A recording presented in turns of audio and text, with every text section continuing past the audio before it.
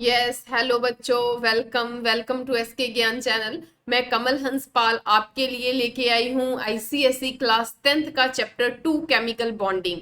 Hope कि आप सबने first chapter periodic properties and variation of properties watch कर लिया होगा। अगर नहीं किया वॉच तो उसे बहुत अच्छे से स्टडी करो, नोट्स बनाओ उसके। तो हम केमिकल बॉन्डिंग को भी बहुत इजी वे से करने जा रहे हैं। डिटेल स्टडी होगी, हर एक कॉन्सेप्ट को बहुत ही अच्छे वे से आपको समझाया जाएगा। आप अपनी नोटबुक पे नोट्स बनाओ या अपनी बुक के ऊपर मार्क करो पेंसिल के साथ जो भी आपको इंपॉर्टेंट बातें बताई जा रही हैं। नहीं तो सेपरेट नोटबुक लो, उसके ऊपर नोट्स बनाओ। बहुत फायदा होता है नोट्स बनाने का जब आप एग्जाम डेज में उन चीजों की रिवीजन करते हो जो आपने पढ़ा होता है। तो जो भी मेरे चैनल पे नए हैं, जो मेरे साथ नए जुड़े हैं स्टूडेंट्स, वो मेरे चैनल को सब्सक्राइब जरूर करो एंड मेरी वीडियोस को अपने फ्रेंड्स के साथ शेयर करो ताकि हमारा चैनल ज्यादा से ज्यादा ग्रो कर पाए। आप हमें फीडबैक दो कि आपको क्या चाहिए, कैसा चाहिए, कैसे आपको मेरे लेक्चर्स लग रहे हैं। ठीक है, अगर आप फीडबैक देते हो हमारा चैनल ग्रो करता है तो हम आपके लिए और अच्छे से अच्छा कंटेंट डालेंगे, आपके लिए और बेटर वर्क करेंगे। तो हमारी टीम आपके लिए एक बेटर वर्क करेगी। Without wasting any more time, let get started. तो इंट्रोडक्शन देखो इस चैप्टर की। In this chapter we will study about the cause of chemical bonding. देखो, सबसे पहले आप सबको पता होना चाहिए कि केमिकल बॉन्डिंग होती क्या है। एक्चुअली में केमिकल बॉन्डिंग जैसे देखो, आपने देखा होगा NaCl, आपने देखा होगा वाटर का फॉर्मूला देखा होगा, आई मीन टू से। ठीक है, जब आप NaCl को देखते हो तो आप याद करो कि Na तो एक एलिमेंट था जो पीरियोडिक टेबल में पड़ा था, क्लोरीन एक एलिमेंट था। These are atoms of an element. Fine, मतलब ये सिंगल सिंगल जो है ये अकेले अकेले पड़े थे पीरियोडिक टेबल में। जब ये कंबाइन होते हैं, कोई ना कोई चीज तो होगी जो इनको कंबाइन कर रही है। वो जो अट्रैक्टिव फोर्स है इन दोनों को कंबाइन करने की, उसे हम बोलते हैं केमिकल बॉन्डिंग। ठीक है, तो केमिकल बॉन्डिंग की टाइप्स होती हैं। फॉर एग्जांपल, अगर मैं आपके पास दो तीन मॉलिक्यूल्स कंपाउंड्स रखूं, जैसे H2O की एग्जांपल दी मैंने, H2SO4 दूं या कुछ और दूं, HCl है। ठीक है, तो इनमें बॉन्डिंग होती है लाइक हाइड्रोजन एंड क्लोरीन में कोई एक टाइप की बॉन्डिंग होगी, उसका नाम होगा कोई के कौन सी बॉन्डिंग है। ऐसे वाटर की बात करूं तो ऑक्सीजन जो है वो बीच में है, एक है ना ऑक्सीजन, हाइड्रोजन दो साइड्स पे होगा, ऐसे है ना। इसमें कौन सी बॉन्डिंग है, बॉन्डिंग का नाम क्या है, इसमें कौन सी बॉन्डिंग है, बॉन्डिंग का नाम क्या है। तो इसके लिए हम केमिकल बॉन्डिंग की डेफिनेशन करने के बाद, ठीक है, केमिकल बॉन्ड की डेफिनेशन करने के बाद हम टाइप्स ऑफ केमिकल बॉन्ड करेंगे जो इस चैप्टर का मेन टॉपिक है। क्लियर है? तो बता रहे हैं वो, in this chapter we will study about the cause of chemical bonding. पहले तो ये पता होना चाहिए कि केमिकल बॉन्ड होता क्या है। उसके बाद आपको ये पता होना चाहिए कि केमिकल बॉन्ड होने का कारण क्या है। नहीं बनता केमिकल बॉन्ड, ऐसे के ऐसे पड़े रहते एलिमेंट, क्या कॉज है वो स्टडी करना है। ठीक है, ऐसे के ऐसे एलिमेंट पड़े रहते, ना कंबाइन होते एलिमेंट्स। ठीक है, तो ये चीज हमने स्टडी करनी है कि क्या कारण है उसके कंबाइन होने का। ठीक है, and two main types of chemical bonds, जैसे मैंने आपको बताया वैसे तीन टाइप्स हैं, दो टाइप्स नहीं है। इन्होंने यहाँ पे कोवेलेंट बॉन्ड, आयोनिक बॉन्ड लिखा है, एक बॉन्ड और है डेक्टिव बॉन्ड, उसके बारे में भी हम पढ़ेंगे। ठीक है, also we will study about the formation and properties of covalent and ionic compounds. We will study about the formation and properties of covalent and ionic compounds. ठीक है, कोवेलेंट एंड आयोनिक कंपाउंड्स की properties पढ़ेंगे। Basically dative bond की बात भी होगी इस chapter में। ठीक है, तो केमिकल बॉन्ड की सबसे पहले डेफिनेशन देखो। जब भी दो रिलेटिव्स कंसिडर कर लो, जैसे माँ बेटा है, ठीक है, तो इन दोनों को बांध के रखने वाली जो फोर्स है ना, उसे हम अट्रैक्टिव फोर्स बोलेंगे, लव बॉन्डिंग जिसे हम बोलते हैं। ठीक है, अगर इन दोनों में लव बॉन्डिंग नहीं है तो ये सेपरेट रहेंगे, एक दूसरे के साथ रहना पसंद नहीं करेंगे। क्लियर है? तो ये जो केमिकल बॉन्ड है ये बेसिकली एक अट्रैक्टिव फोर्स है जो इन दो रिश्तेदारों को, इन दो रिलेटिव्स को बांध के रखता है। ठीक है, एक क्लस्टर में, क्लस्टर इन द सेंस एक ढेर में, है ना। तो केमिकल बॉन्ड क्या हो गया, it is an attractive force. ठीक है, ए एंड बी के बीच में एक अट्रैक्टिव फोर्स ही केमिकल बॉन्ड होती है which holds the constituent atoms together. Constituent atoms कौन से हैं? ये ए एंड बी, ये कॉन्स्टिट्यूएंट एटम्स हैं, इनको बांध के रखती है in a molecule. Fine. A molecule is an electrically neutral cluster of mutually bonded atoms. ठीक है, जब भी ए बी जैसे कंबाइन होके एक मॉलिक्यूल बन गया, like it is AB2 suppose करो, अगर ये बात मेरी आपको समझ नहीं आई, you can say H2O water है, ठीक है, H के पैर में 2 है, ऑक्सीजन है, ऐसे है ना, ऐसे मैंने AB2 लिखा, MgCl2 सुना होगा आपने, है ना। तो ऐसे जो है ये एक क्लस्टर बन जाता है, ठीक है, एंड एज वेल एज ये इलेक्ट्रिकली न्यूट्रल होता है। इलेक्ट्रिकली न्यूट्रल का मतलब क्या है? इसके ऊपर कभी भी कोई पॉजिटिव या नेगेटिव चार्ज शो नहीं होता। फाइन। अब आप सोचते होंगे कि होता तो है नेगेटिव पॉजिटिव चार्ज शो, वो कब होता है? जब एटम जो है वो एक आयन की फॉर्म में कन्वर्ट होता है, लाइक Na जो है, जब Na प्लस में कन्वर्ट होता है, जब क्लोरीन जो है वो क्लोरीन नेगेटिव में कन्वर्ट होता है, ठीक है, तो ऐसे इन पे पॉजिटिव नेगेटिव चार्ज आता है, तब मैं बोलूंगी कि ये इलेक्ट्रिकली पॉजिटिव है, इसे बोलूंगी इलेक्ट्रिकली नेगेटिव है। लेकिन जब ये दोनों कंबाइन होते हैं, फॉर एग्जांपल NaCl कंबाइन हुए, ठीक है, कंबाइन होने के बाद इनके चार्जेस खत्म हो जाते हैं, जैसे पॉजिटिव नेगेटिव चार्ज हैं ये खत्म हो जाते हैं, ये इलेक्ट्रिकली न्यूट्रल बन जाता है। दैट्स वाई यहाँ पे लिखा हुआ है molecule is an electrically neutral cluster. ये एक क्लस्टर की फॉर्म में होता है ऑफ म्यूचुअली बॉन्डेड एटम, मतलब आपस में जो बॉन्डेड एटम है उनकी बात कर रहे हैं। तो नेक्स्ट है कॉज ऑफ केमिकल कॉम्बिनेशन। जैसे मैंने आपको ऊपर बताया कि आपको पता होना चाहिए कि कॉज क्या है ना। कॉज के बिना तो कोई काम होगा ही नहीं कि क्यों केमिकल बॉन्ड बन रहा है। सोडियम अपनी जगह पे रहता, क्लोरीन अपनी जगह पे रहता पीरियोडिक टेबल में, हाइड्रोजन वाटर के लिए H अपनी जगह पे रहता, ऑक्सीजन अपनी जगह पे रहता, ना ये एक दूसरे के साथ कंबाइन होते। क्या रीजन है, क्या कारण है इनका कि इन्हें कंबाइन होना पड़ता है, वो सुनो। इसका जो पहला 2 कारण है इसके, फर्स्ट कारण इसका ये है, हर जाना जो है वो अपनी लाइफ में स्टेबल रहना चाहता है। स्टेबल मतलब कोई नहीं चाहता कि उसकी लाइफ में प्रॉब्लम्स हो, वो चाहता है कि उसकी लाइफ स्मूथली चले, जिसके लिए वो अपने आप को स्टेबल करना चाहता है, ठीक है। अब आप सोचो स्टेबल कब होगा, कोई जना भी स्टेबल कब होगा? जब वो सोचता है कि मुझे इस तरह का घर मिल जाए, जब मुझे इस तरह की गाड़ी मिल जाए, है ना। तो ये सारी चीजें जब किसी के पास सारा कुछ आ जाता है तो वो कहता है कि मैं किसी के साथ कोई भी लिंक नहीं रखना चाहता, किसी के साथ कोई लेन देन नहीं रखना चाहता है, ठीक है। 2 कॉज इसके होते हैं। एक कॉज ये होता है कि जो एलिमेंट्स है ना, ये नोबल गैस कॉन्फ़िगरेशन अक्वायर करना चाहते हैं। नोबल गैस कॉन्फ़िगरेशन क्या है कि आउटर मोस्ट शेल में 8 इलेक्ट्रॉन्स का होना ही नोबल गैस कॉन्फ़िगरेशन होती है। अगर फर्स्ट शेल की बात करें तो उसमें 2 इलेक्ट्रॉन्स होने चाहिए। हर एलिमेंट के आउटर मोस्ट शेल में 8 इलेक्ट्रॉन्स तो नहीं है ना। किसी के आउटर मोस्ट शेल में 5 इलेक्ट्रॉन्स होंगे, किसी के आउटर मोस्ट शेल में 6 होंगे, किसी के 8 से ज्यादा भी हो सकते हैं, ठीक है। जिनके आउटर मोस्ट शेल में 8 से ज्यादा इलेक्ट्रॉन्स हैं वो लॉस कर देते हैं, ठीक है। जिसके 8 से कम है, सपोज किसी के आउटर मोस्ट शेल में 7 इलेक्ट्रॉन्स हैं, किसी के आउटर मोस्ट शेल में 6 इलेक्ट्रॉन्स हैं, तो जब वो इलेक्ट्रॉन्स को गेन करते हैं ना, ठीक है, तो गेन करने के, जिसके आउटर मोस्ट शेल में 6 इलेक्ट्रॉन है वो कितने इलेक्ट्रॉन्स गेन करेगा? 2। जिसके आउटर मोस्ट शेल में 7 इलेक्ट्रॉन है वो कितने गेन करेगा? 1। क्लियर है। गेन करने पे उस पे जो है नेगेटिव चार्ज आ जाता है।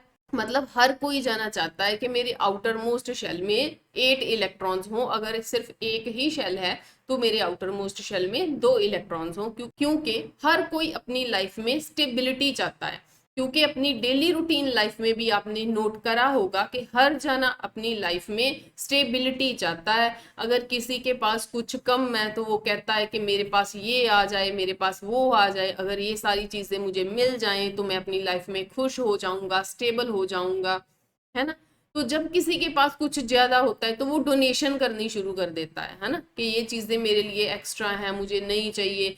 जैसे किसी ने नया टीवी ले लिया, किसी ने नई गाड़ी ले ली, वो पुरानी वाली किसी को दे देता है, चाहे ऐसे डोनेट कर देता है, चाहे कुछ भी, है ना।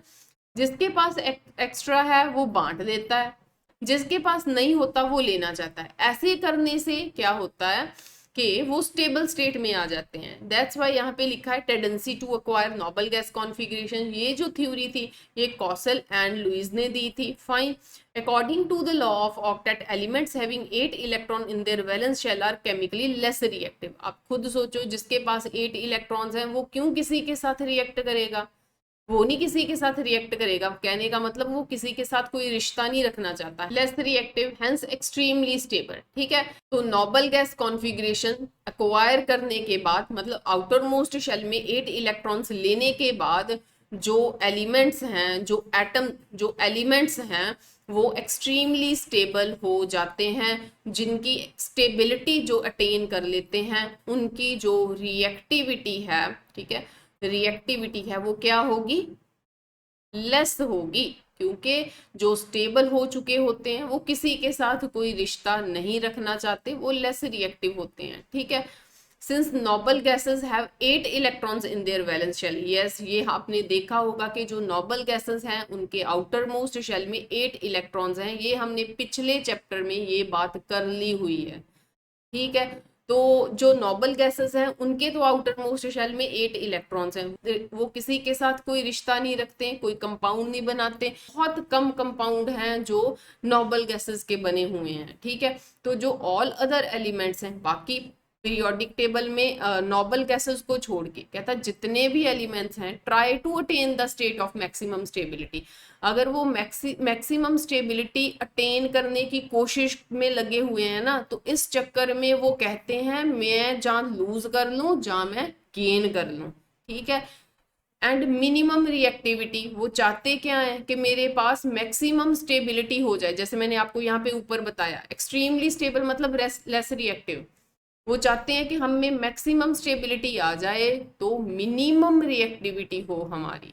ठीक है, इस चक्कर में वो क्या करते हैं एंड हेंस लूज करते हैं, गेन करते हैं या शेयर करते हैं इलेक्ट्रॉन्स। ठीक है जी, फर्स्ट कॉज आपने क्या पढ़ा? फर्स्ट कॉज में है कि हर एलिमेंट अपनी नोबल गैस कॉन्फ़िगरेशन चाहता है, इस वजह से वो लूज गेन या शेयर करता है इलेक्ट्रॉन्स। नोबल गैसेस की बात बताई है कि वो जो है वो स्टेबल हैं क्योंकि उनके आउटर मोस्ट शेल में 8 इलेक्ट्रॉन्स हैं। तो नेक्स्ट है लॉ ऑफ डुप्लेट।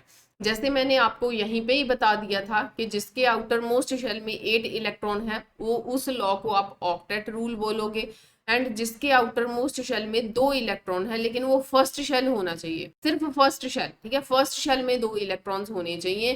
ठीक है, उस लॉ को आप बोलोगे law of duplet. It states that elements having 2 electrons in their valence shell. ठीक है, वैलेंस शेल में 2 इलेक्ट्रॉन्स होने चाहिए, that is K shell are found to be stable. ठीक है, मतलब किस शेल की बात करें? के शेल, ये सबसे अंदर वाला शेल है। ठीक है, ये सबसे अंदर वाला शेल है। ओके, तो ये जो शेल है ये क्या है? ये स्टेबल, सबसे अंदर वाले शेल में इसे हम के शेल बोलेंगे। तो इसमें 8 नहीं, इसमें कितने इलेक्ट्रॉन्स होने चाहिए? 2 इलेक्ट्रॉन्स होने चाहिए। Helium having 2 electron in its valence shell is found to be extremely stable. जो हीलियम है उसके 2 इलेक्ट्रॉन्स हैं, क्योंकि हीलियम जो है वो 2 नंबर पे है, 2 इलेक्ट्रॉन है।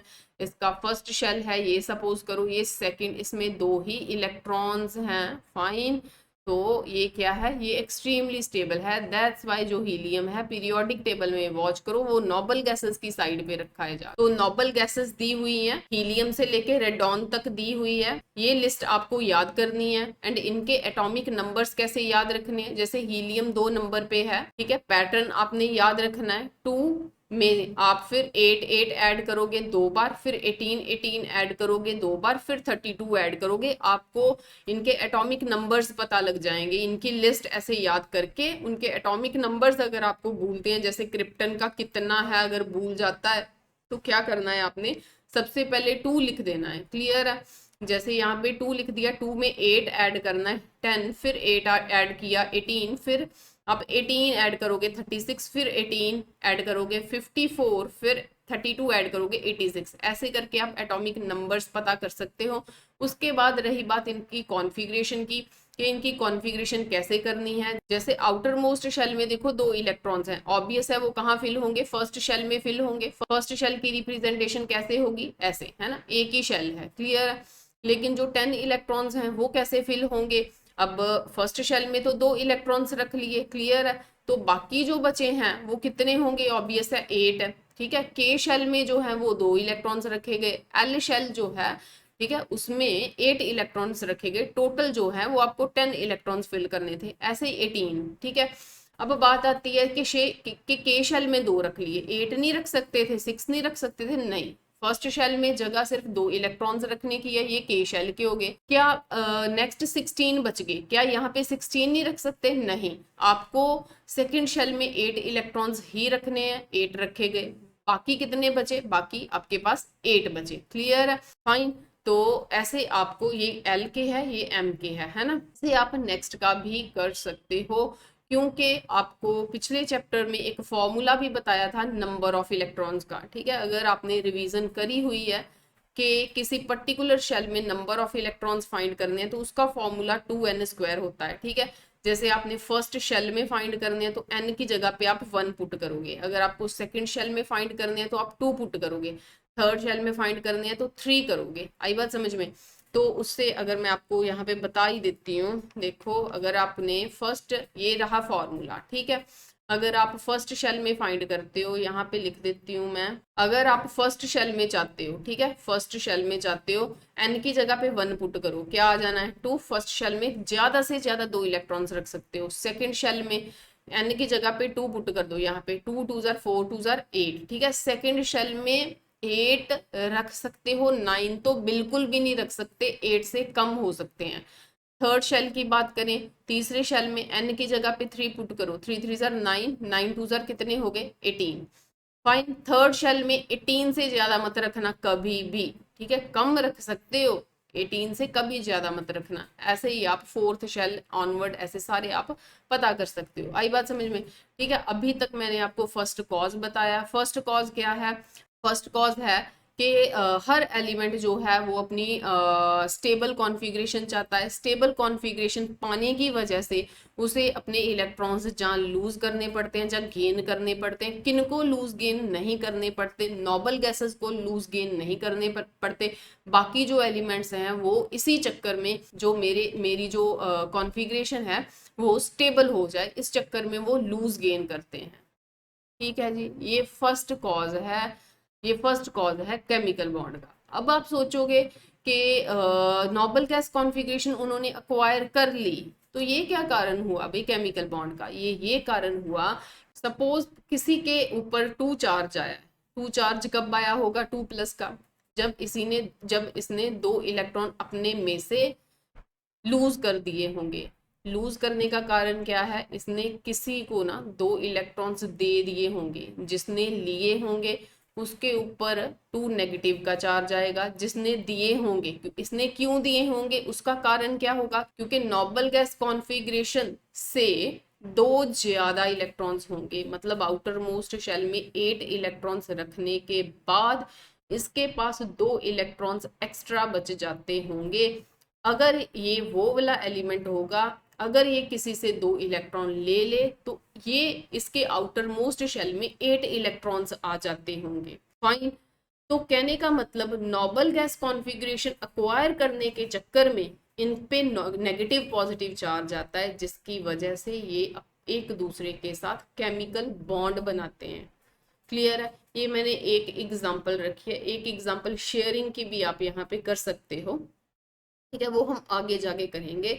आप यहाँ से मेन बात ये समझना कि जब कोई जना नोबल गैस कॉन्फ़िगरेशन अक्वायर करना चाहता है तो वो किसी दूसरे के साथ रिश्ता बनाता है, किसी से लेन देन करता है, जिससे लेन देन करता है उसके साथ क्या बन जाता है, उसका बॉन्ड बन जाता है, उसके साथ उसकी बॉन्ड की फॉर्मेशन हो जाती है, तो ये कारण होता है केमिकल बॉन्ड का, फाइन।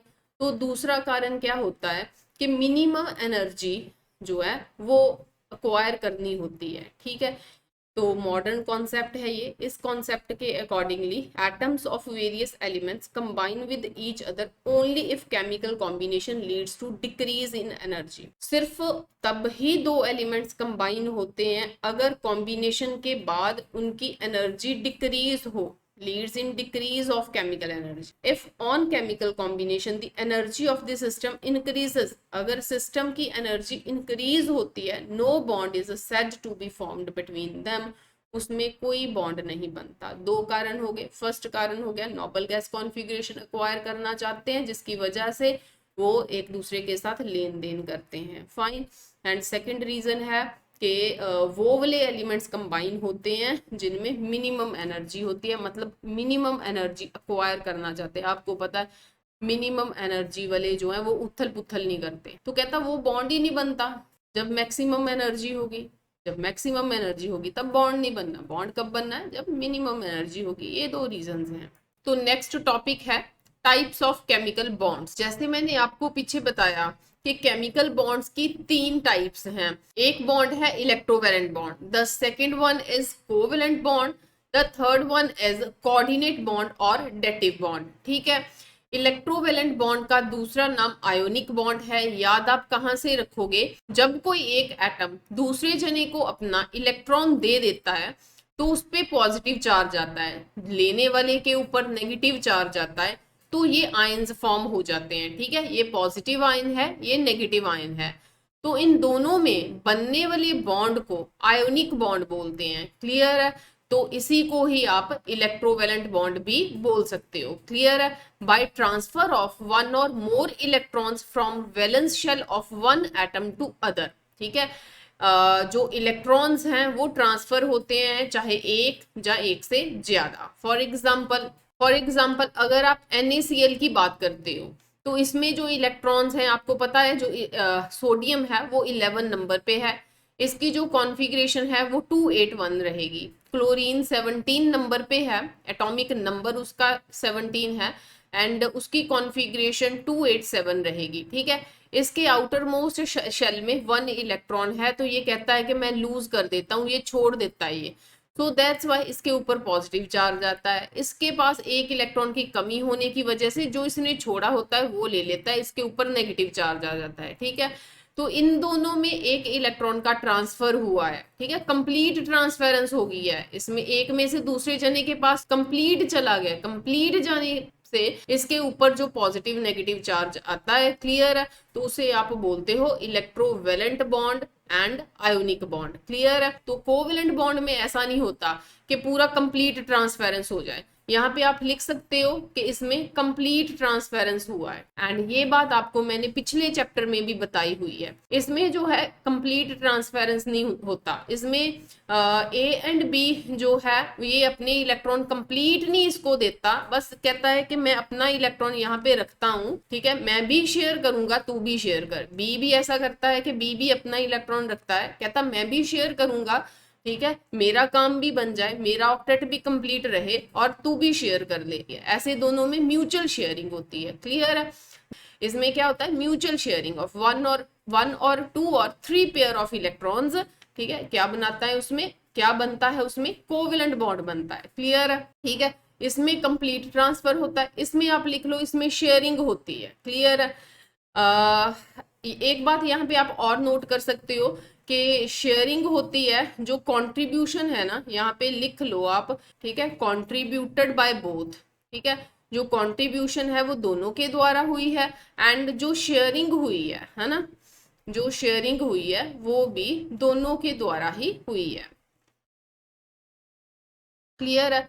लेकिन coordinate bonds and dative bond में क्या होता है, जैसे ए एंड बी है, दोनों में से किसी एक के पास इलेक्ट्रॉन्स की कमी होती है। फॉर एग्जांपल कमी है इसके पास इलेक्ट्रॉन्स की, लेकिन ए अपने इलेक्ट्रॉन्स देता नहीं है। अगर ए अपने इलेक्ट्रॉन्स पूरे के पूरे बी को दे देगा ना तो इसके पास कमी हो जाएगी। ए अपने इलेक्ट्रॉन्स रखता है, खुद भी शेयर करता है एंड बी को भी बोलता है भी तू भी शेयर कर ले। सो ऐसे बॉन्ड को जिसमें कंट्रीब्यूशन जो है, यहाँ पे लिख देते हैं हम, जो कंट्रीब्यूशन है बाय एनीवन, ठीक है, कंट्रीब्यूशन दोनों में से एक के द्वारा होगी, एंड जो शेयरिंग है, ठीक है, वो क्या है, वो दोनों करेंगे, बाय बोथ, शेयरिंग दोनों करते हैं, कंट्रीब्यूशन एक के द्वारा होती है, ए ही कंट्रीब्यूट कर रहा है, बी के पास कमी होती है लेकिन बी शेयर जरूर करता है। The shared electron pair okay is contributed by only one, इस केस में किसने कॉन्ट्रीब्यूट करा है, ए ने, contributed by only one of the combining atoms, दो कंबाइन होने वाले एटम्स जो हैं उनमें जो कॉन्ट्रीब्यूट है वो एक करता है लेकिन जो शेयर है वो दोनों करते हैं। It result in the formation of, ठीक है, कोऑर्डिनेट और डेटिव बॉन्ड, इस बॉन्ड को आप कोऑर्डिनेट बॉन्ड कहोगे या डेटिव बॉन्ड कहोगे। नेक्स्ट टॉपिक है लुईस सिंबल। लुईस सिंबल कैसे रिप्रेजेंट करते हैं, जैसे जो भी जिसका एटॉमिक नंबर है, जैसे लिथियम है, लिथियम का एटॉमिक नंबर 3 है, उसकी कॉन्फ़िगरेशन क्या होगी, 2 1, पहले शेल में 2 इलेक्ट्रॉन्स फिर 1, जो आउटर मोस्ट शेल में इलेक्ट्रॉन्स हैं वो 1 है, यहाँ पे लिथियम लिख दिया जाता है, क्लियर है, उसके अराउंड कहीं पे एक इलेक्ट्रॉन बिखेर दिया जाता है, ये लुईस सिंबल होता है, क्लियर है। बेरिलियम जो है ये 4 नंबर पे है, इसकी कॉन्फ़िगरेशन 2 into 2 रहेगी, आउटर मोस्ट शेल में 2 इलेक्ट्रॉन्स हैं, इसके कहीं पे 2 इलेक्ट्रॉन्स बिखेर दिए जाते हैं, ठीक है, ऐसे ही आप सबका कर सकते हो, ठीक है। इस केस में देखो नियॉन जो है वो 10 नंबर पे है, क्लियर है, कॉन्फ़िगरेशन इसकी 2 8 रहेगी, 8 to 10, आउटर मोस्ट शेल में 8 इलेक्ट्रॉन्स रखने हैं, 2 2 4 2 6 2 8, ठीक है जी।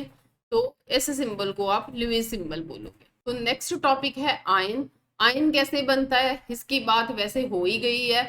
आयन्स दो तरह के होते हैं, पॉजिटिव आयन होते हैं, नेगेटिव आयन्स होते हैं।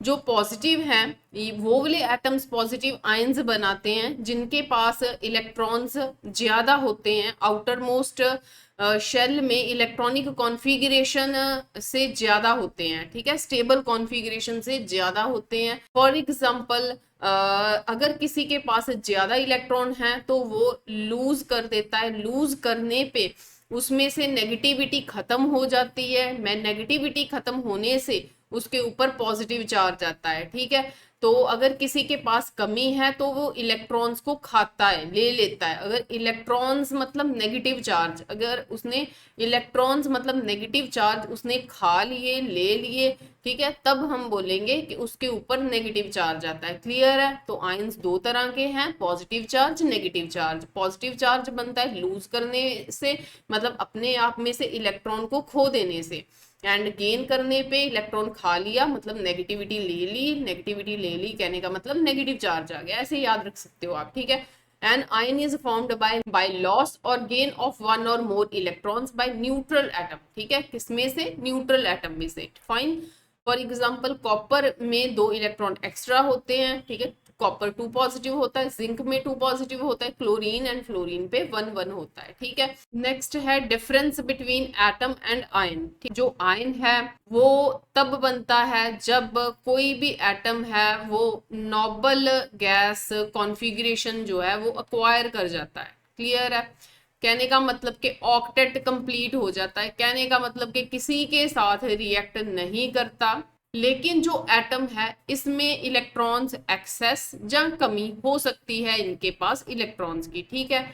तो देखते हैं difference. N atom is electrically neutral, yes ये बात ठीक है, ये बात समझते हैं हम। फॉर एग्जांपल उठाते हैं Na की, उसका जब आयन बनता है ना Na पॉजिटिव बनता है, ये इलेक्ट्रिकली पॉजिटिव है, ये इलेक्ट्रिकली न्यूट्रल है, ये एटम है, ठीक है, ये आयन है, fine.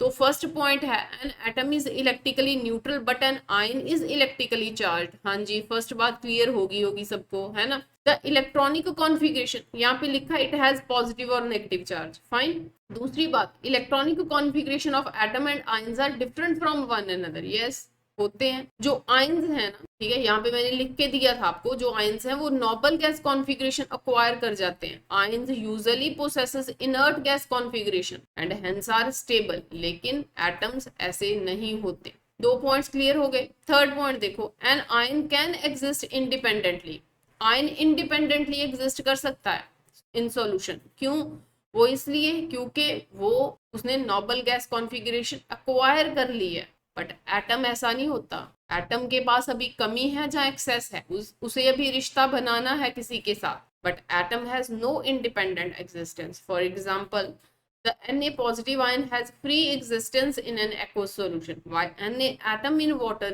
reacts to give sodium hydroxide and hydrogen gas.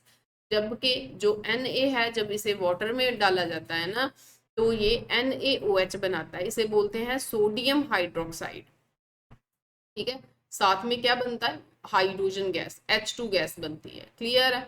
The reactivity properties of an atom are different from that of ion. जो रिएक्टिविटी प्रॉपर्टीज है ना एटम की वो अलग होती हैं आयंस से, ऑब्वियस है होंगी। For example sodium atom react vigorously with water whereas a sodium ion is stable in water. जो सोडियम एटम है ना ये वाइग्रॉसली रिएक्ट करता है वाटर के साथ, लेकिन Na+ जो है ये स्टेबल है। यहाँ पे हमने ऊपर भी बोला था कि ये इनडिपेंडेंट होता है। ठीक है, नेक्स्ट इन्होंने जैसे मैंने पीछे बात करी है सोडियम की, Na की एंड Na+ की, इन्होंने बात करी है क्लोरीन की एंड क्लोराइड आयन की। ठीक है, Cl नेगेटिव की रिप्रेजेंटेशन है chlorine and chlorine negative. Fine, electronic configuration 17 number पे है 287, Cl नेगेटिव का होगा 288। ठीक है, तो ये अनस्टेबल कॉन्फ़िगरेशन है। अनस्टेबल कॉन्फ़िगरेशन का मतलब ये है कि ये इंडिपेंडेंटली एग्जिस्ट नहीं कर। अनस्टेबल कॉन्फ़िगरेशन का मतलब है कि ये भी स्टेबल नहीं है क्योंकि इसके आउटर मोस्ट शेल में, ठीक है, 8 इलेक्ट्रॉन्स नहीं है। इसके आउटर मोस्ट शेल में 8 इलेक्ट्रॉन्स हैं। ये नोबल गैस कॉन्फ़िगरेशन अक्वायर कर गया होता है। ठीक है, यहाँ पे लिखा है जो क्लोरीन है। ठीक है, ये क्या लिखा है, ये एटम लिखा है, ये वाला क्लोरीन लिखा है। फाइन, जब वो एक इलेक्ट्रॉन लेता है तब उसके ऊपर नेगेटिव चार्ज आता है ना। जो चार्ज है इसका न्यूट्रल होता है, ये नेगेटिवली चार्ज है। ठीक है, इसकी एग्जिस्टेंस जो क्लोरीन एटम है ये कभी ना कभी ये किसी ना किसी के ऊपर अभी डिपेंड करेगा। डिपेंड करेगा कहने का मतलब नो इंडिपेंडेंट एग्जिस्ट। ये जो है ये अक्वायर कर गया होता है नोबल गैस कॉन्फ़िगरेशन, इसलिए ये इंडिपेंडेंट एग्जिस्ट करता है। इसकी रिएक्टिविटी बड़ी हाई होती है। क्यों हाई होती है? क्योंकि अभी इसने किसी के साथ रिएक्ट करना है, ये अनरिएक्टिव होता है क्योंकि इसने नोबल गैस कॉन्फ़िगरेशन अक्वायर कर ली होती है। क्लियर है? लीस्ट स्टेबल होता है, कम से कम स्टेबल होता है, ये हाईली स्टेबल होता है। ठीक है, लीस्ट स्टेबल मतलब जिसकी रिएक्टिविटी हाई है ना, जो दूसरों के साथ लेन देन रखता है ना, वो स्टेबल नहीं है। जो अनरिएक्टिव बन चुका है ना, मतलब किसी के साथ लेन देन नहीं रखता, वो हाईली स्टेबल। होप के बात क्लियर है।